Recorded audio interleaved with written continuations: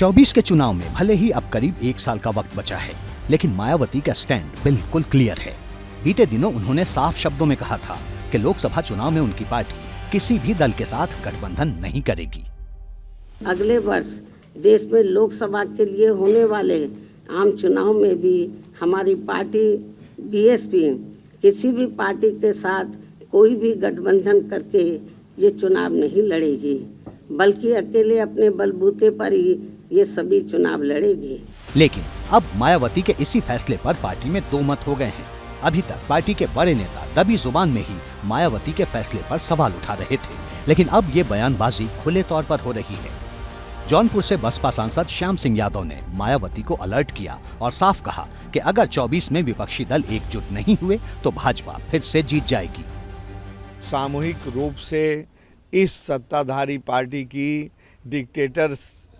जो डिक्टेटोरियल रवैया है इस पार्टी का, सबको विरोध करना चाहिए। मेरा व्यक्तिगत जाति ख्याल है और देर सवेर मैं अपनी बहन मायावती सुप्रीमो जो हैं उनके उस पर तो कोई वो नहीं करता, न तो मेरा अधिकार है, उनका मैं सम्मान करता हूं, लेकिन मेरा ये ख्याल है कि देर सवेर सबको साथ आना चाहिए और साथ आकर के मुकाबला करना चाहिए। सवाल ये है कि मायावती गठबंधन से क्यों बच रही हैं?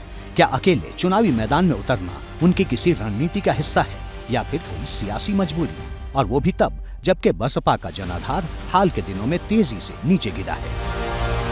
2007 में बसपा ने पूर्ण बहुमत की सरकार बनाई थी। 2012 में झटका लगा, तब भी पार्टी को 26% वोट मिले।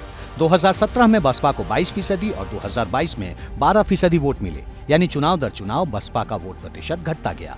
अभी बसपा के पास सिर्फ एक विधायक बचा है, जबकि सपा के गठबंधन के चलते पार्टी ने 2019 में लोकसभा की 10 सीटें जीत ली थीं। माना यह भी जा रहा है कि मायावती अभी उस स्थिति में है जिससे वो सीटों के लिए मोल भाव कर सकें। यही वजह है कि वो लगातार अपने दम पर चुनाव लड़ना चाहती है।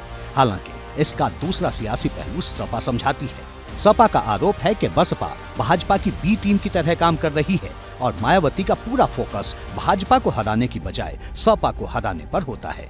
अखिलेश ये बात कई बार सार्वजनिक मंच से भी कह चुके हैं। उस B team Bahujan Samaj party के प्रत्याशी कहां से तय होते हैं? देखो, ये जो भी कुछ कार्यकर्ता ने कहा या जिस जनता ने कहा, ये वो है, वो समझदार है, वो जानता है बहुजन समाज पार्टी के प्रत्याशी भारतीय जनता पार्टी के कार्यालय से तय होते हैं। वो जीतने के लिए तय नहीं होते हैं, वो इसलिए तय होते हैं कि समाजवादी पार्टी आगे न बढ़ जाए। सियासत में कुछ भी मुमकिन है।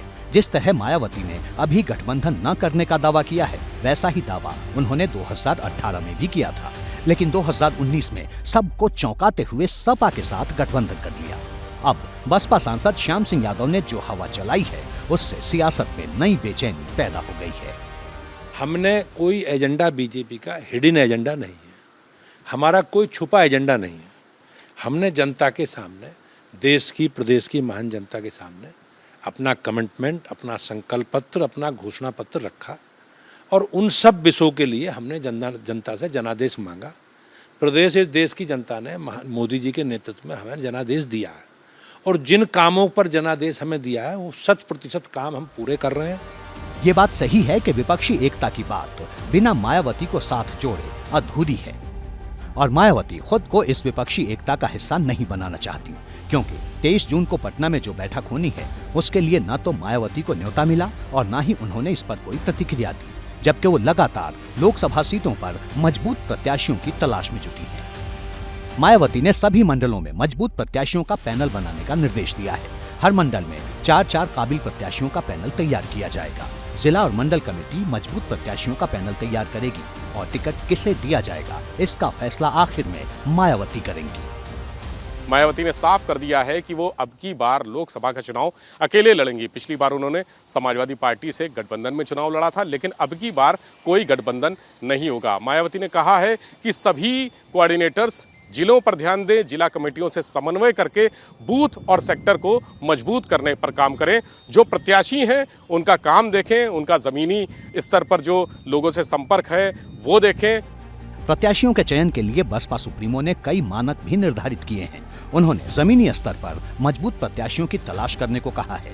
इसके साथ ही पार्टी के कैडर वोट के अलावा दूसरे दलों में प्रभाव रखने वाले प्रत्याशियों को प्राथमिकता देने को कहा गया है। मायावती के साफ निर्देश हैं कि ऐसे प्रत्याशी का नाम पैनल में शामिल किया जाए जिसके खिलाफ कोई आपराधिक मुकदमा दर्ज न हो।